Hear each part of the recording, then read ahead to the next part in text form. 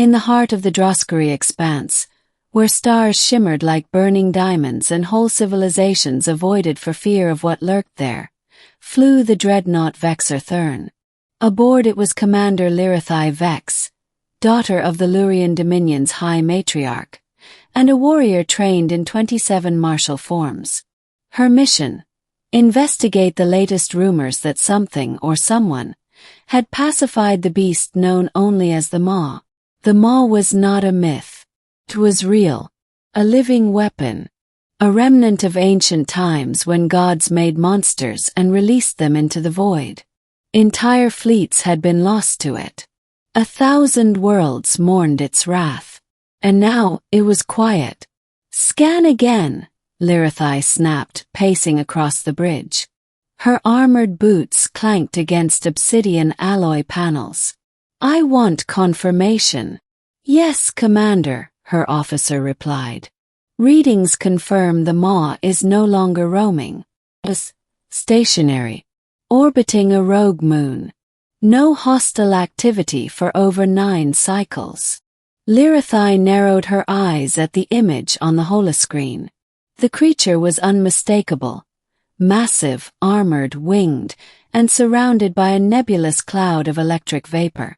But it wasn't devouring anything. It was lying down. "Inconceivable," she whispered. So she boarded a smaller vessel, hand-picked her honor guard, and went down to the moon personally.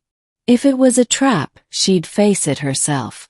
The honor of her house demanded it. The landscape was barren. Charred. Scorched rock melted into black glass. It looked like the aftermath of a battle between titans. And then they saw it. Maw. It rested in a crater, its massive limbs folded under it like a loyal beast. Eyes the size of cargo freighters blinked slowly. Lirathai instinctively reached for her plasma blade. But then she heard it.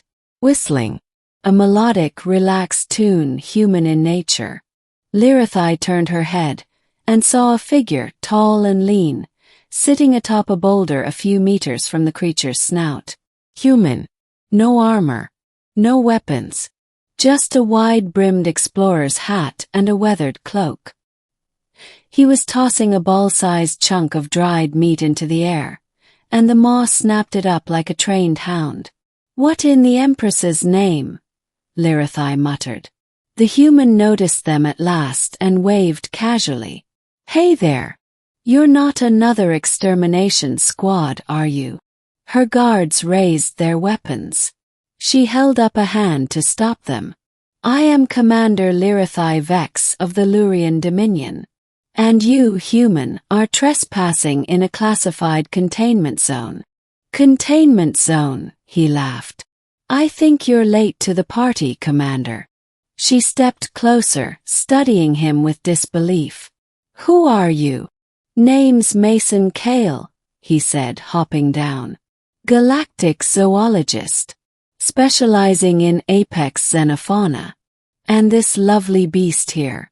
I call her Nibbles." "You what?" Her voice cracked. "You gave the Maw, the most feared predator in the known galaxy, a nickname?" Mason shrugged. "You can't just call her the Maw all the time. That's rude. Besides, she responds better to affection." "Right, girl." The monstrous creature let out a soft growl, not aggressive but almost purring. Lirathai's eyes went wide.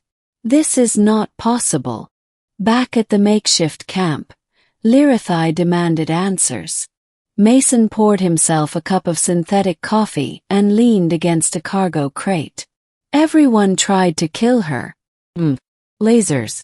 Quantum destabilizers. All that did was make her angry.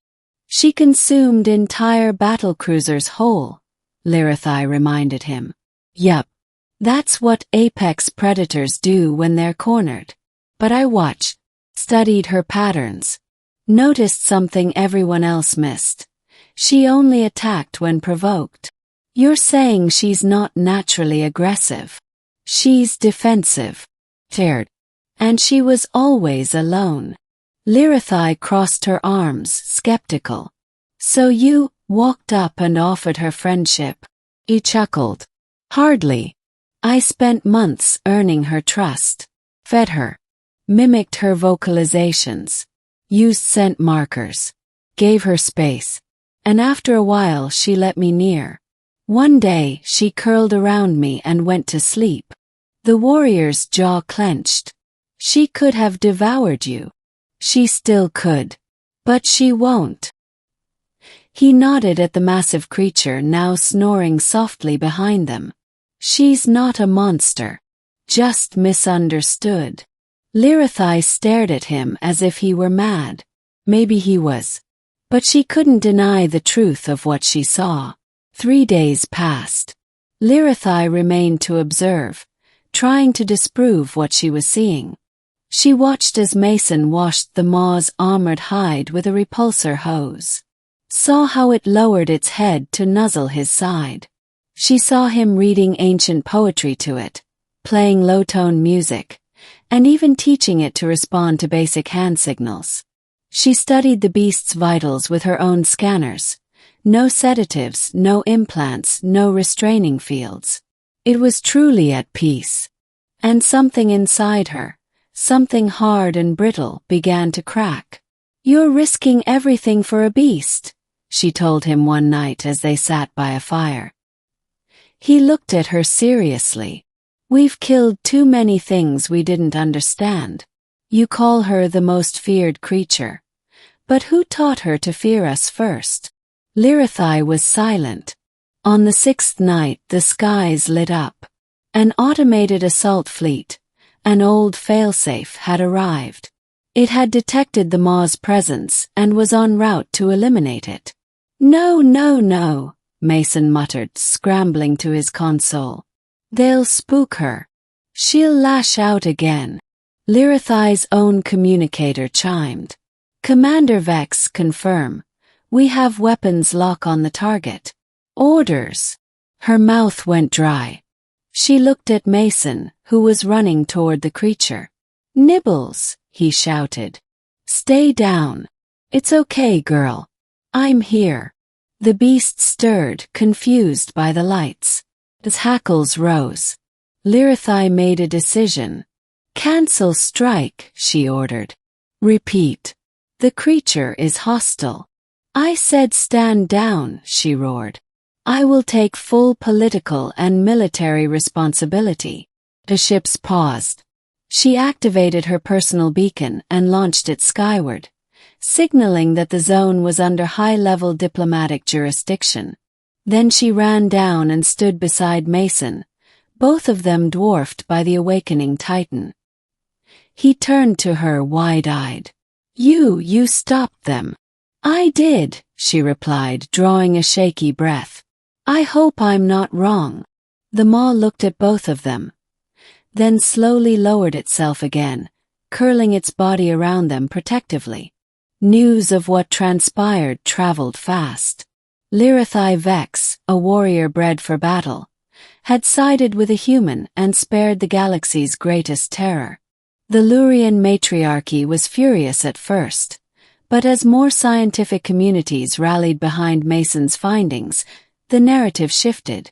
Soon, the maw, renamed Nibbles in public lexicons, was reclassified from galactic threat to endangered apex species.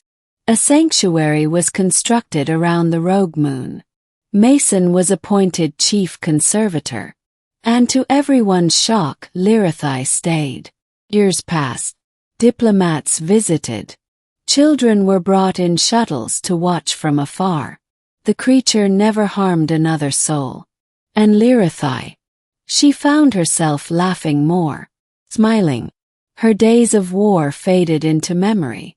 One evening she stood beside Mason, watching the great beast nap under the twin moons. She was alone, she murmured, and we hated her for it. Mason nodded. We fear what we don't try to understand. Lirithai turned to him. You tamed the untamable, the galaxy's most feared creature. He looked into her eyes and smiled. Not tamed. Loved. There's a difference. She stared at him, and for the first time in her long warrior life, she was truly speechless.